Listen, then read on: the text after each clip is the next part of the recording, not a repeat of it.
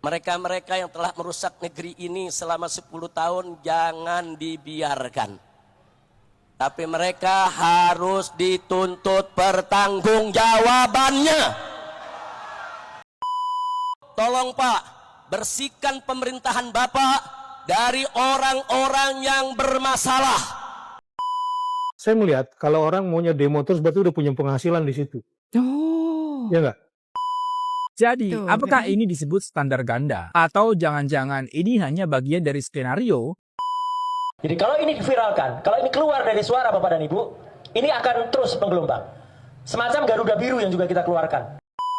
Harus berterima kasih kepada RK dan Pak Suswono karena bisa menyatukan FPI dengan Pak Jokowi. Ini langkah betul, Pak. Halo teman-teman perspektifku, waduh gimana nih kabar kalian? Semoga baik-baik saja ya dan semoga selalu diberikan kesehatan.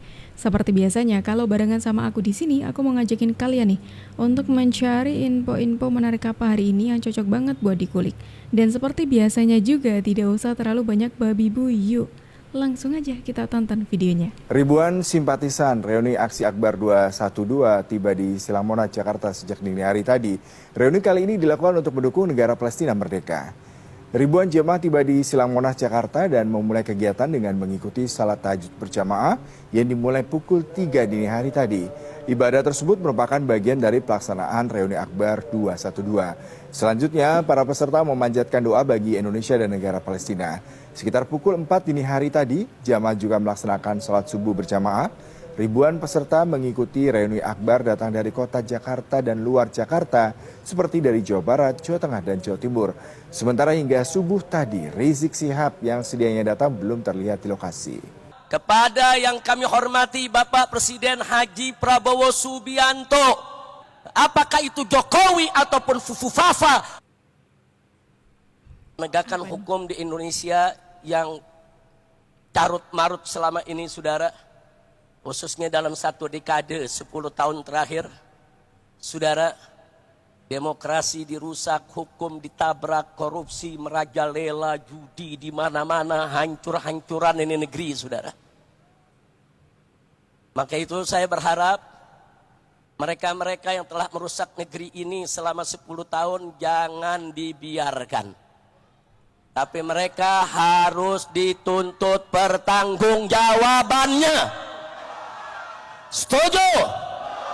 Maka itu saya minta dengan tulus, dengan sangat hormat kepada yang kami hormati Bapak Presiden Haji Prabowo Subianto. Tolong Pak, bersihkan pemerintahan Bapak dari orang-orang yang bermasalah. Baik bermasalah dengan korupsi, bermasalah dengan judi, bermasalah dengan pelanggaran HAM, bermasalah dengan segala kemungkaran dan kerusakan negeri. Jangan mereka dibiarkan, proses hukum, tegakkan keadilan bagi bangsa Indonesia. Takbir, Allahu Akbar. Setuju tidak? Setuju tidak? Kalau Bapak Presiden bertindak tegas untuk memproses semua pelanggar hukum pada 10 dekade terakhir ini, setuju tidak? Dukung Bapak Prabowo tidak? Betul? Takbir. Enggak peduli siapapun dia, saudara. Enggak peduli, saudara, apakah itu Jokowi ataupun Fufufafa dan semua kroni-kroninya yang terlibat, seret ke pengadilan. Takbir. Sudah di bulan Desember ada lagi nih reuni 212 teman-teman. Ya, terus narasi yang dibangun oleh Habib Rizik kali ini sama seperti demo-demo yang lainnya, soal adili Pak Jokowi dan Fufufafa. Wah, ini menarik nih. Wah, menarik nih ya. Dari aksi yang dimulai tahun 2016 ternyata di tahun 2024 ini masih berlanjut. Dengan tajuknya itu Reuni 212 gitu. Tapi menurutku dari narasi yang diucapkan oleh Habib Rizik tadi, kok rasa-rasanya aksi 212 ini sedikit melenceng gitu ya dari tujuan awalnya ketika 212 ini dibentuk, ya kan? Kalau sekarang kayak bener-bener kepentingan politik banget gitu loh rasa-rasanya adanya aksi ini. Iya gak sih? Kalau menurut kalian gimana teman-teman? Terlibat terlalu banyak, dikit-dikit demo. Saya melihat kalau orang maunya demo terus berarti udah punya penghasilan di situ. Oh. Ya nggak? Kalau orang sudah sering mengerjakan sesuatu dan lama hanya di situ mainnya berarti punya penghasilan dia di situ. Kalau orang demo beneran kan kapan kerjanya? Ya, ya sesekali oke lah untuk sesuatu yang besar. Tapi kalau dikit-dikit demo, dikit-dikit berarti ada penghasilan ini di sini. Nah kasihan dong yang nggak punya penghasilan dari situ diajak demo mulu. Dan harus kebenaran yang kita angkat. Oh iya juga sih, masuk akal juga sih. Karena seperti kita tahu lah ya, aksi-aksi dari tidak cuma 212. Beberapa waktu ini kita sering banget melihat demo yang narasinya sama persis sekali. Dan orang-orangnya sebenarnya itu aja gitu loh. Dan kemudian ini dikatakan bisa jadi orang-orang yang terus-terusan demo ini sebenarnya mencari keuntungan di situ. Sudah mendapatkan keuntungan justru di situ. Karena kalau dipikir-pikir benar juga gitu loh. Kalau terus-terusan demo ya terus kapan melakukan aktivitasnya, contoh seperti bekerja atau melakukan aktivitas lainnya gitu. Dan sedangkan kita melihat kayaknya kok sering banget gitu ya akan adanya demo-demo seperti ini gitu. Mungkin juga sih masuk akal juga dengan narasi itu ya, ulangi. Masuk akal juga ya dengan pandangan kalau ini bisa jadi sebagai ladang bisnis bagi orang-orang gitu loh.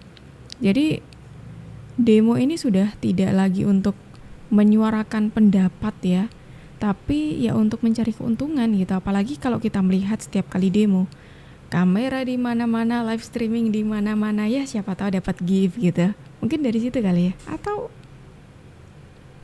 ada orang yang ada di belakang dari mereka? Kalian tahu kan, kok bisa hari ini masih ada demo yang temanya adili Jokowi dan tangkap Fufu Fafa? Apa sih sebenarnya yang ingin dicapai? Ini dia, mari kita bahas. Jadi tepat pada tanggal 4 November ini, ada beberapa kelompok yang mengadakan demo dengan tema tersebut. Mungkin ada yang bilang, itu hak mereka. Ya betul, semua orang punya hak untuk menyuarakan pendapat. Tapi kalau kita pikir-pikir, bukankah seharusnya kita memberi kesempatan dulu kepada pemerintah baru, Pak Prabowo dan Gibran, untuk mempersiapkan diri baik-baik dari sisi anggaran, bersih-bersih, masalah, dan hal-hal lainnya. Pak Jokowi kan sudah tidak menjabat lagi. Jadi kenapa demo tetap diarahkan kepadanya? Apakah ada hal pribadi yang membuat beberapa orang merasa begitu kecewa terhadap Pak Jokowi? Ini hanya pertanyaan ya, dan menurut saya wajar untuk bertanya. Yang lagi membingungkan lagi adalah tuntutan tangkap Fufu Fafa. Belum ada bukti hukum juga kalau akun tersebut benar-benar terkait dengan orang-orang sekitar Pak Prabowo dan Gibran. Bahkan ada banyak akun lain yang mungkin lebih kontroversial, tapi kenapa yang terus disorot justru Fufu Fafa? Seolah-olah perhatian terhadap akun ini menjadi sangat besar. Ada yang bilang bahwa akun Fufu Fafa menggunakan bahasa yang kasar, tapi lucunya, komentar-komentar yang menyerang Jokowi, Gibran, dan lain-lain di media sosial kadang jauh lebih besar cuy. Jadi, apakah ini disebut standar ganda? Atau jangan-jangan ini hanya bagian dari skenario yang melibatkan kekuatan besar yang memang tidak suka melihat Prabowo menjadi presiden? Sama nih gitu loh, ketika tadi dikatakan bisa jadi untuk mencari keuntungan ya dengan adanya demo.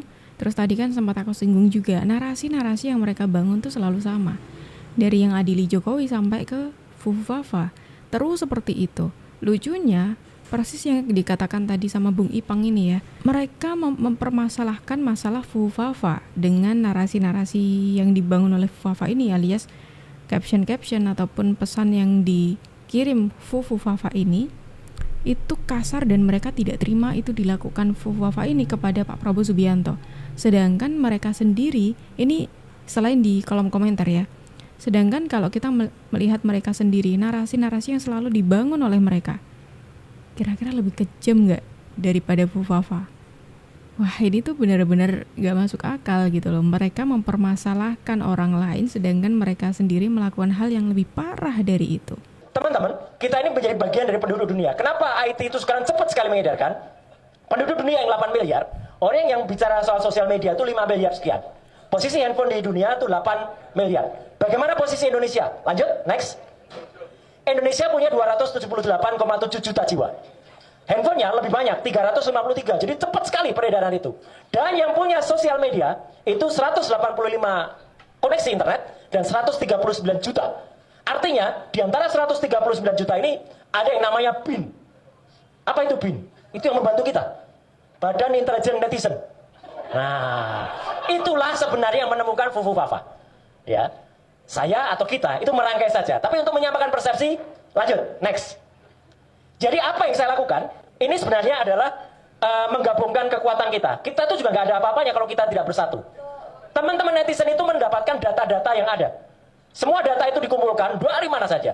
Kemudian ada yang satu dua menjahitnya menjadi sebuah information. Tapi belum bunyi. Kitalah di sini yang menggabungkan information itu menjadi knowledge. Dari knowledge inilah harusnya, tadi kata Pak Lukas, dan itu tugas dari Pak Abraham Samad, tugas Pak Sam, itu yang kemudian menjadi sebuah wisdom atau sebuah kebijakan atau sebuah garis akhir. Itulah tujuan kita. Jadi kita harus punya tujuan ini, Pak Samad. Jadi tidak hanya berhenti, tidak hanya omong-omong di sini. Isu atau kasus Fufu Fafa itu sebagai starting point, itu masih dikatakan, wah itu kan hanya omong-omong. Tidak. Sekali lagi, tadi Bapak Ibu sudah lihat. Saya percaya betul dengan kemampuan Bapak Ibu semua. Saya percaya betul kemampuan diri kita. Mulai dari tadi yang ada, mulai dari yang kecil. Kalau Ibu dan Bapak punya sosial media, ya sampaikanlah suara ini. No viral, no justice. Jadi kalau ini diviralkan, kalau ini keluar dari suara Bapak dan Ibu, ini akan terus menggelombang. Semacam Garuda Biru yang juga kita keluarkan. Garuda Biru itu beberapa kali. Tapi itu tidak akan cukup tanpa gerakan yang besar. Saya selalu mengatakan bahwa kita harus manunggal. Kita harus bersatu. Tapi bersatu itu jangan tunggu-tungguan seperti kata Mbak Bibi tadi. Enggak. Semua muncul dari masing-masing. Tapi sekarang insya Allah mulai dari hari ini, ibu-ibu dan bapak punya kepercayaan bahwa apa yang dilakukan, starting pointnya ya, bukan hanya soal Fufu Fafanya, tapi starting pointnya dari Fufu Fafa itu yang paling mudah untuk dijalankan. Itu sudah ada. Dan faktanya jelas. Saya mempertanggungjawabkan tadi apa yang saya sampaikan tuh 1000% saya berani tanggungjawabkan. Dan itu silahkan dimultiplikasi, silahkan itu disampaikan kembali pada kita semua, manunggaling kita semua, jagat semua kita jadikan satu, ya. Jagat maya iya, jagat nyata iya, dan insya Allah Tuhan bersama kita, Allah Subhanahu Wa Taala mendukung kita semuanya. Amin. Ini masih sama nih ya. Kalau tadi barisannya Habib Rizik nih ya yang menggelar aksi adili Jokowi dan Fufu Fafa, tadi disampaikan Habib Rizik melalui 212 gitu ya. Kali ini ada seseorang lagi yang barisan ini tuh sama, sebenarnya sama, cuma beda kelompok aja gitu ya. Kali ini ada Bung Roy Suryo. Menariknya, sosoknya Bung Roy ini seringkali menjadi sumber dari orang-orang yang membahas soal Fufu Fafa. Lebih menariknya lagi, latar belakangnya Bung Roy, rekam jejaknya Bung Roy ini seringkali membuat kontroversi dan bahkan dulu pernah ada kasus yang menjerat Bung Roy Suryo ini. Tapi entah kenapa gitu ya, dengan adanya isu mengenai Fufu Fafa ini terus dibangun dan satu-satunya sumber yang mereka pakai ya Bung Roy Suryo ini. Tapi ngomongin soal aksi tadi ya, aksi 212, kita kembali ke aksi 212. Ini ada cukup menarik teman-teman. Ketika tadi di aksi 212, Habib Rizik ini kembali menyinggung Joko Widodo dan juga akun Fufu Fafa yang mereka sebut itu merupakan akunnya Mas Gibran gitu ya. Ada yang menarik ketika kontestasi pilkada kemarin. Kenapa? Karena ketika sekarang ini sepertinya sudah kembali begini dengan Pak Jokowi. Di pilkada kemarin sempat ada yang menarik, khususnya di Jakarta, karena FPI dan juga Pak Jokowi ini ada di kolam yang sama, di satu dukungan yang sama, yaitu Pak RK dan juga Pak Suswono. Harus berterima kasih kepada RK dan Pak Suswono karena bisa menyatukan FPI dengan Pak Jokowi. Ini langka betul, Pak. Apapun judulnya, FPI itu adalah organisasi yang dianggap terlarang, dibubarkan oleh Pak Jokowi.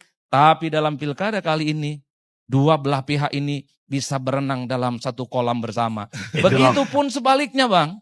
Kita harus berterima kasih kepada Pak Pramono dan Sidul. Bisa menyatukan Ahoker dan anak Abah. Bang Ges, saya membayangkan cukup akrab dengan kawan-kawan dan elit-elit PDIP yang sepanjang 5 tahun lamanya saling kelahi, saling ribut, saling menegasi. Tapi inilah politik kita. Satu sisi memang buat ribut, tapi politik jugalah yang kemudian membuat kita saling berangkulan satu sama yang lainnya. Padahal kemarin udah adem seperti itu, tapi sekarang sudah kembali lagi dan sudah kembali menyinggung Pak Jokowi lagi. Kira-kira gimana nih kalau pendapat dari teman-teman semuanya? Coba tulis pendapat kalian di kolom komentar ya.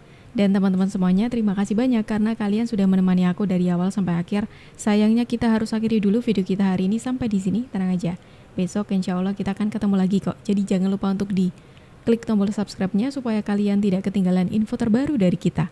Aku Jub pamit undur diri dulu. Sampai jumpa dan terima kasih.